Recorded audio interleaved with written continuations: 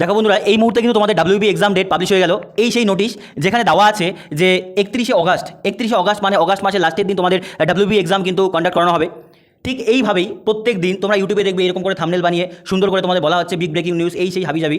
এগুলো কিন্তু তোমাদের বিভ্রান্ত করা হচ্ছে, কারণ এই যে নোটিশ, এই নোটিশের কোনো ধরনের সত্যতা নেই। তোমরা ডাব্লিউবির এক্সাম পোর্টালে গিয়ে বা আমাদের ওয়েস্ট বেঙ্গলের যে পুলিশ রিক্রুটমেন্ট বোর্ডে গিয়ে দেখবে এই ধরনের কোনো নোটিশ নেই। বেশিরভাগ ক্ষেত্রে এইভাবে কিন্তু তোমাদের উল্টোপাল্টা ভিডিও বানানো হচ্ছে, থাম্বনেল লেখা হচ্ছে বিগ ব্রেকিং নিউজ ডাব্লিউবি সেপ্টেম্বরে হচ্ছে।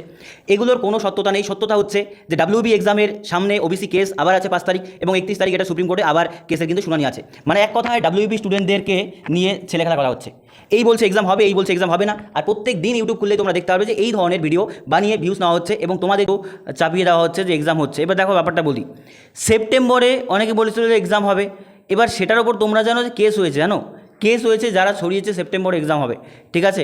তো সেপ্টেম্বরে এক্সামের কোনো সত্যতা ডাব্লিউবি বোর্ড কোনো দিন বলেনি।